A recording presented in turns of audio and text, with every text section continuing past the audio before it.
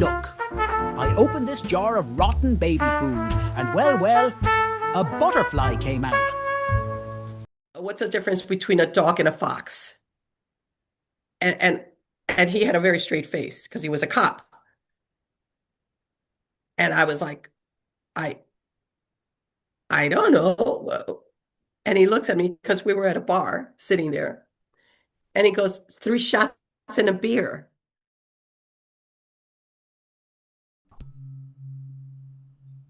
Welcome to the Comedians and Elevators podcast. I've got my guest, Lisa Mayo. Lisa, say hi, Mayo, introduce yourself, and tell us a little bit about yourself. Mayo, Mayo, Mayo, Mayo, Mayo. Mayo, what's wrong with me? I don't know. Tell me why. Why do I do that? Why do people do that? I'm not the only one. Well, I found out a lot about Mayo, but it's an Irish last name. Okay. What do you want to know? Well, I guess your name. I mean, how many people mess it up and how many times you have to correct it? 99.9% of the time. Ah, yeah, I get that a lot sometimes too. Well, hey, fair enough. So you ready? You ready to get started? Yes, I am. If you just let me make sure that the sound is right. Can you hear me really well? Yes. Yeah, we're good to Okay, go. cool. Listen, to my regular listeners, I know you don't like when at the beginning of these conversations I ask you to subscribe. None of us like it. I don't like saying it. I don't like it being in here. But it's frustrating. You know what else is frustrating? It's also frustrating when I look in the back end of the YouTube channel and I see that 56% of you that watch frequently haven't yet subscribed. And I know this because I see it in the comment section. You say things like, I didn't know I didn't subscribe. And that's actually what fuels the show. Basically, it's like you're making a donation to the show. So that's why I ask all the time, because it enables us to build and build and build. And we're going for the long term here. Hit the subscribe button and we'll continue to build this show for you. That's my promise. Thank you to all you guys that do subscribe. It means the world to me. All right. So the whole point of the podcast is to compare and contrast the comic versus the comedian. So I define the comic as any person telling funny jokes versus the comedian who's a funny person telling any jokes. So, Lisa, would you agree that you start as a comic and evolve into a comedian? Okay, let me check this thing real quick here. Oh, we got notes. You know, there's no technical right answer.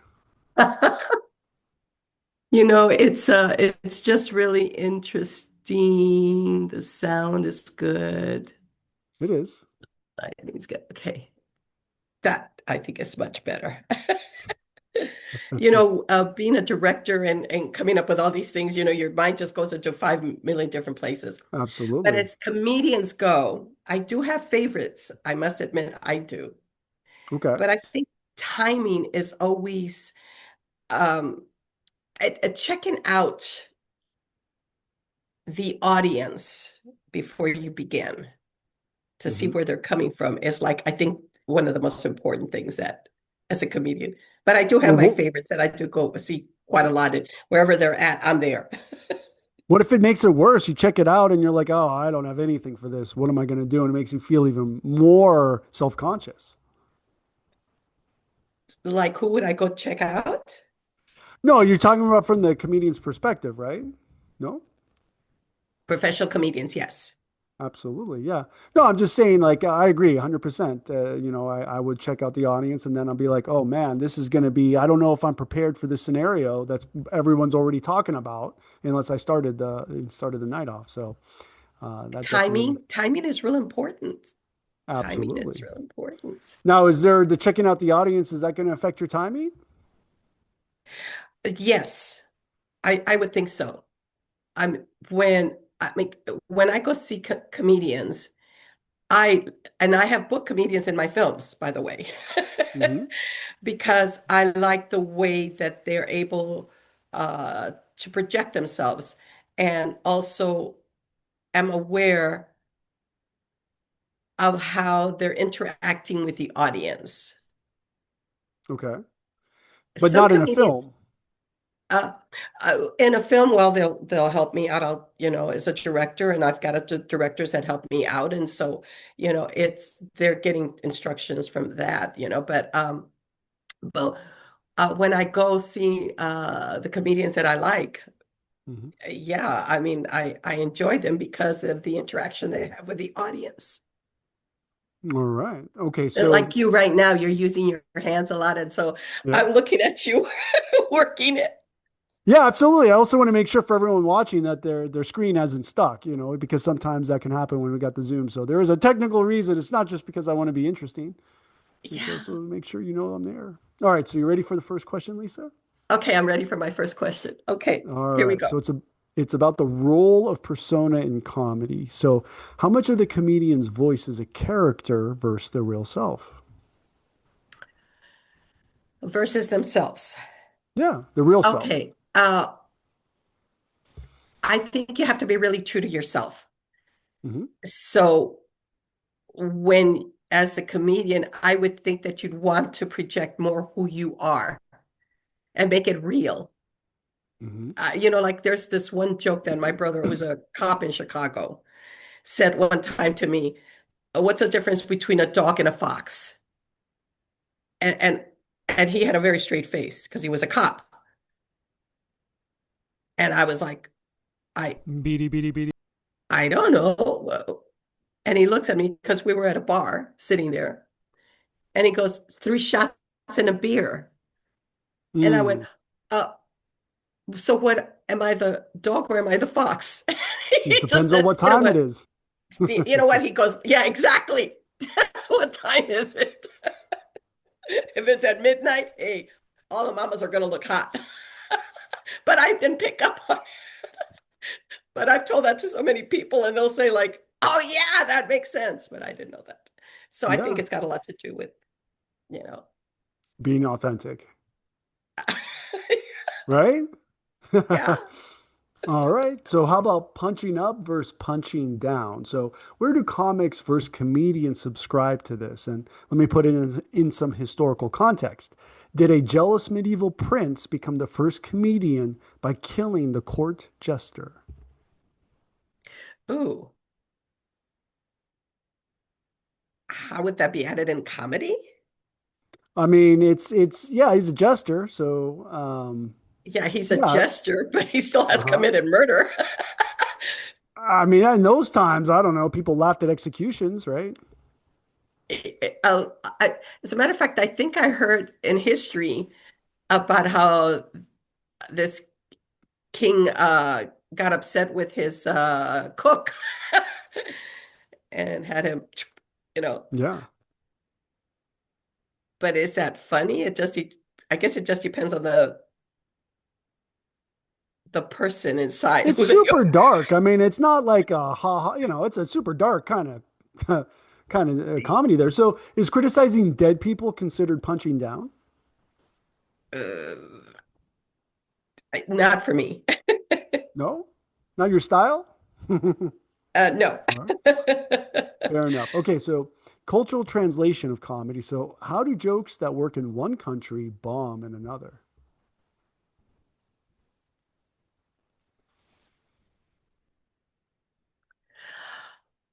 Well, let's see. I have to think about that because if you're the ugly American Hmm. and you go to a country that doesn't like Americans and they're talking about how great America is, While wearing socks and I sandals? it's like I don't see how that can work if you go to a I mean, foreign country. Unless you go there and put America down. I mean, maybe they'll laugh at that. They'll say, "Oh, oh, yeah, we understand now because he's putting America down." yeah, I And mean, I've if been, while wearing American flag or at least the underwear, then people will get it. yeah, I think it's really hard to understand. Okay. So then, how does the silence when your joke doesn't land hurt? Physically, emotionally, morally, or spiritually? Ugh, you're asking some really good questions. Uh, hmm. I think there's always positivity in everything that we do. Mhm. And so I think as a comedian, since we've going through so much right now in our country as it is, that we have to just stay positive and think of like the good times. Mm. But we don't want Am to I answering your spiritually question? bypass. Absolutely, yeah. But at the same time, we don't want to miss, that shadow work that needs we need to go through, right? Yeah, like I mean, I did see one comedian one time put down a girl because of her outfit that she was wearing. Why why was he picking her up? That was not appropriate for me. It Okay. wasn't me. I'm so glad it wasn't me who was wearing the bad outfit, but and I mean, let's face it, she was a little bit overweight and she was wearing a Ah, very sexy outfit. And of course it didn't look good, but that's her choice, you know. okay. It's not up to the comedian to bring it up to the audience and then Okay. tease her about it. Yeah, that's that doesn't work But well with me. it doesn't work with her. Yeah. And Fair I didn't enough. laugh. I didn't laugh. I felt kind of sorry for her, because I mean, I would have gone like, if I would have known her better, I would have said, I don't think that's the outfit you should be wearing tonight, but no. Well, I would agree. I mean, if he put her down after she sat on his face, so there was a whole other situation going on at that point, right? So are comics more universal while comedians are more culturally specific? I did quite hear that question. You want to speak a little louder? Oh, oh. So are comics more universal while comedians are more culturally specific? Comedians, I think. Okay. Comics or comedian. Comics are one thing, comedians are another. I mean, Right. there is definitely a separation. So, I mean, I enjoy seeing comedians more than I would a comic, kind of. Okay. Where have you seen comics and you said, ah, that's not my thing. I prefer comedians.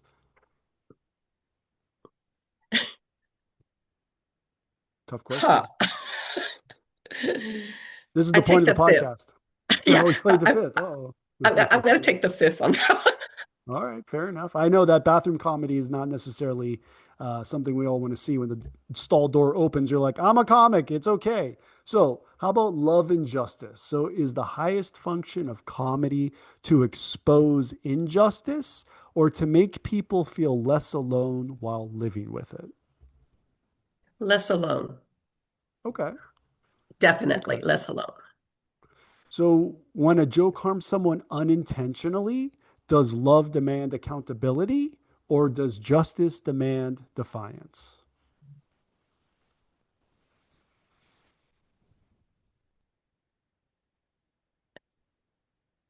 Justice demands. Okay. So we got a split on this Justice one. All right. demands. All right. Yes. Fair enough.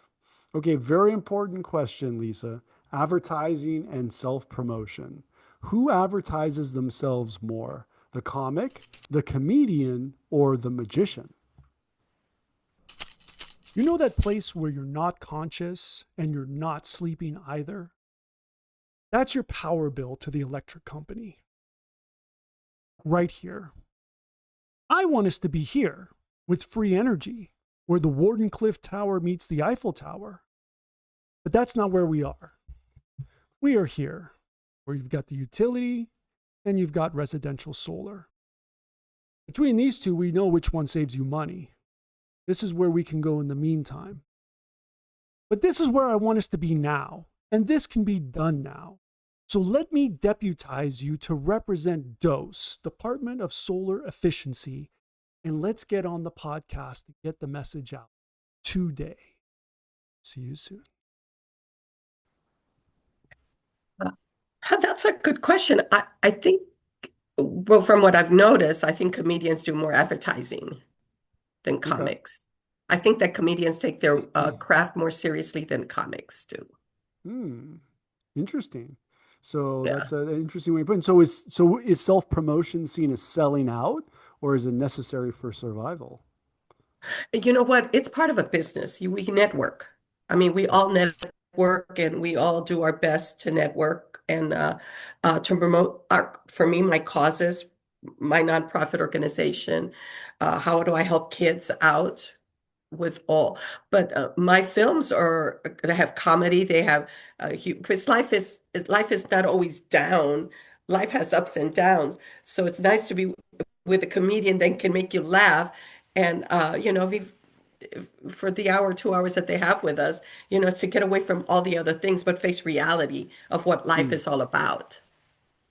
Okay, I would agree with that. So, um, let's see. How about censorship and offense? So, does a comic avoid offense while a comedian courts it to prove a point, like a magician?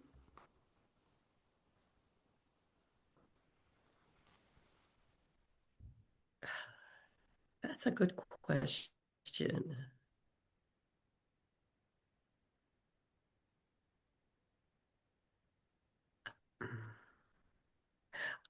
I think comedians do it to prove a point. Okay, all right. So then, who I mean, survives? Uh huh. yes, because when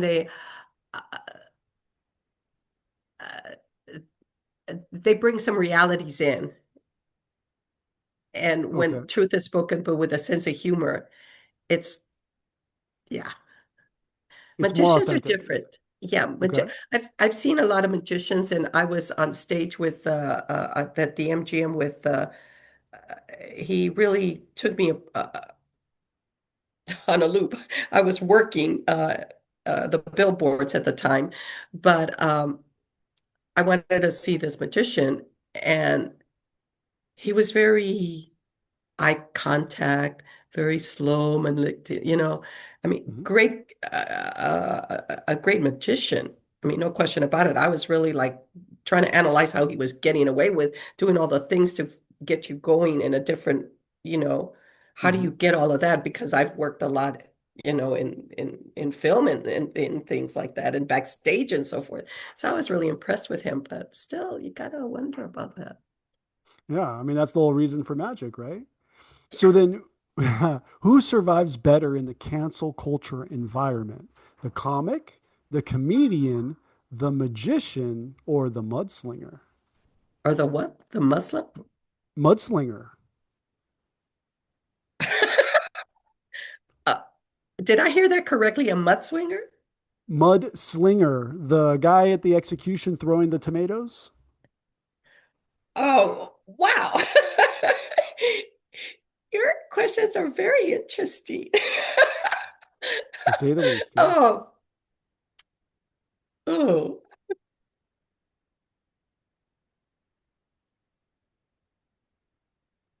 I think the comedian. Okay. I So, think it's more the comedian that can handle because comedians, which I don't like it when there's hecklers. I mhm, don't like that. But it depends on how the comedian handles it. mhm. And some of them handled it really well, and they even make fun of the heckler that brings, so it's like, how do you handle a heckler? I wouldn't know how to handle a heckler. I would Well, just be yeah, quiet. that's one way is you let him take over. That's perhaps not what you want to do, but yeah, there's different methods for taking. You can always prepare. You kind of set a trap. That way, the Yeah, heckler emerges. exactly. Yeah, I would think so. Yeah. How do you handle a heckler? I'm just kind of Well, curious. absolutely, yeah. Most of them, my experience, have been other comedians. They already know what my weakness is, and they're going to attack it. So it's almost like an inside joke, if you want to say, because they're going to be like, especially more uh, experienced comedians, they're going to know exactly. I'm helping you out by making you evolve by picking at your weakness. And I mean, at that point, that's not the kind of heckler you're probably referring to, but those are the hecklers I've experienced. Well, I saw this one girl heckling this comedian, and she wouldn't stop. She literally went up on stage, Oh yeah. and she was a young girl. I mean, she was just a Mm, young girl. I guess she yeah. felt that she had to have the last word, but eventually they kicked her out of the. out of Yeah, the that's a real heckler. Ultimately, yeah. Well, you say when you're doing stand up, oh, you think you can do better, then come on up. That's always the implied end result of a heckler, is that they're going to actually take over. That's why they're even opening their mouth, right? So, Yeah, and I Um, didn't know whether she was drunk or not or what, but for sure. it just kind of For like, sure. I'm glad that they were able to take her out, because then the comedian kept on going. You know what? He just smoothed it out and kept on going. That's good. That's one way to handle a heckler. So how about comedy as commentary? So when does a comedian cross into being a philosopher or a preacher?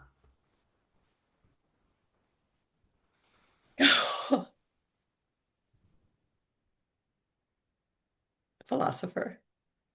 Okay. Well, how does it happen? Like, have you seen it? Well, only because oh, and this is not really a good day because this is the weekend of Good Friday and then Easter's coming up. But a preacher, I mean, seriously, only has about 20 minutes before they get boring. Yeah, Uh, they can't. Yeah. and so, I mean, and uh, a comedian can go on for a while and it's still as good, and people are still paying attention and everything on them. But I mean, literally sometimes at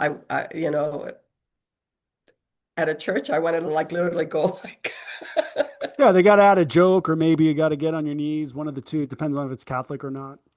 yeah, it's like, yeah. All right. So, Lisa, are you ready to enter the multiverse? What? Are you ready to enter the multiverse? Multiverse? Yes. What? Is It's there more? there is. Yeah, you have to choose an avatar, but you have to be ready to do it. Are you ready? Okay, I'm ready. All right. So, board game, Zoomcast, play versus performance.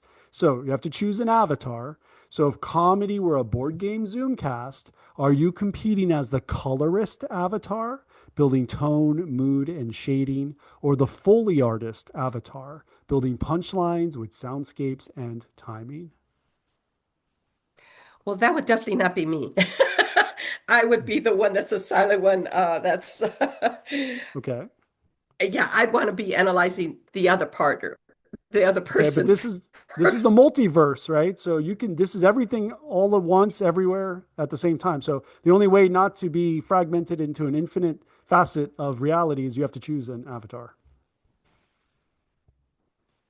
Yeah, I kind of like to always be more like uh, the one that nobody can figure me out. Well, that's what the So this is the prem. So the that's what the multiverse is. No one can figure it out. So you got to choose something that doesn't change. that's kind of a tough question. Of course, yeah. You're in the multiverse. Yeah, it's like which is your reality? I mean, what Well, stage of it's a reality are you on in real well, it's all life? right, but we're not in. I mean, I don't think we exist there all at once at the same time. So it's an attempt to. So how about? So does comedy work better when it's painted vividly or when it's orchestrated sonically?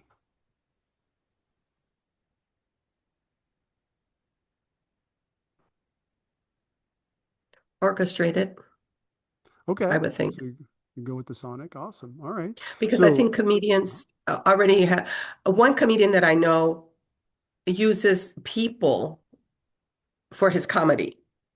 mhm, So therefore he doesn't have a plan. He just goes up there, analyzes the people that are there, and then goes with that. So you right, never know what he's going to come out. You understand this pattern though, is that mhm, he's going to use the people that are out there for his comedy. And right. some He does. comedians go up there and they say the same thing all the time, and I've seen them do that, and it's the same uh, person, which is fine, but you pretty much know what they're going to do, kind of. But I still laugh Right. because I think they're funny. I still think, Absolutely, but the problem with crowd work, which you're referring to, working off the audience, is sometimes they're just not interesting. You would have to pull out something so absurd and really actually prepare, honestly. Otherwise, you will not be able to consistently do that.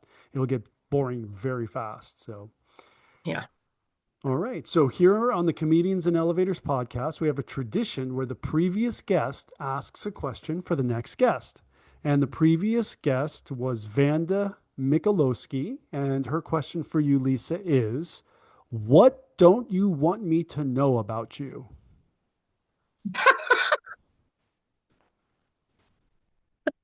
Well, then I would be giving it all out, wouldn't I? I don't know. That's why this is a great question, but yeah,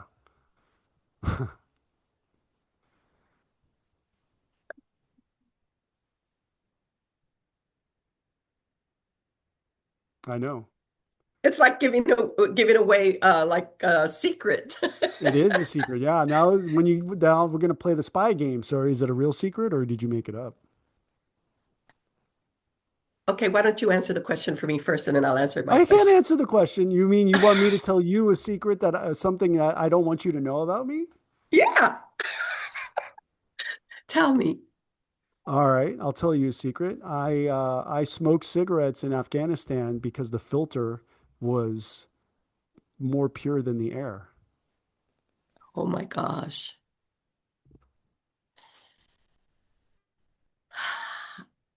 I came here with $13 in my pocket and a strong faith in God that He would help me out. Now, why is that a secret? Or why don't you want people to know about that? Because I think of all the things that I've accomplished in my life, it's because I've been blessed. And my husband, he he passed away, but he was a attorney and a judge. And I came here with $13 as a hippie, and I was going to rule the world. And I didn't rule the world, but I was blessed to have found somebody that took me in and took care of me Okay. in Brentwood. So, so the goal was rags to riches, but you just went from rags to, I don't want to Yeah. add the word to something. So I the know thing I was was that, gonna, huh? yeah, I just came with $13 in my pocket, but there's a lot more explanation that goes with it. Of course, yeah, So now absolutely. I've given you more than you asked. Well, no, I think yeah, it's excellent. No, very good. So, last question, legacy. Who gets remembered? Will the comic's tight five survive time, or will the comedian's cultural point of view be more timeless?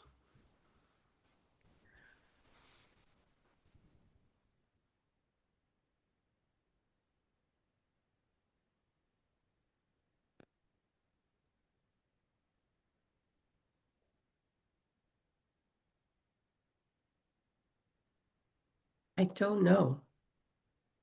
I Okay, don't know the answer to that. There's a lot of comedians that we do remember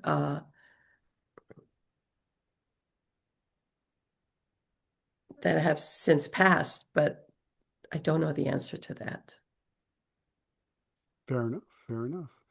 So, Lisa, where can everybody find you online? Uh, they will know.us, Okay. All right. and that Fair enough. is it is I have a passion for teens and young adults. So Okay. I have been blessed to have met uh, wonderful directors. I write the scripts. Uh, I base it on people's realities, their history or whatever, and it's to teach teens about alcoholism or domestic violence. And I have the community involved, and so I actually I have to give a shout out to Ishmael Jimenez. He was the director in my last film that I'm just still editing. I'm going to have a red carpet event on that, but yeah, but I met him on Man on the Inside because I worked on that show with Ted Danson. And so I saw him and I liked the way he treated the union people and the non-union people. And I thought he'll be perfect for my film because I have non-union teens, young kids, Hmm. and a union who Nathan Baisley is the lead actor in my films. And I'm just so blessed that they came and helped me with this film on alcoholism. All right. I love So it. it I goes love it. back to what's the difference between a dog and a fox? Okay. Yes, it is. Three Absolutely. shots and a Awesome. beer. So, what's the difference between a comic and a comedian? I got to come up with a quick quib. Well, Lisa, thank you so much for being my guest. And for everyone, please like and subscribe. And we will see you in the next one. Put you on Facebook.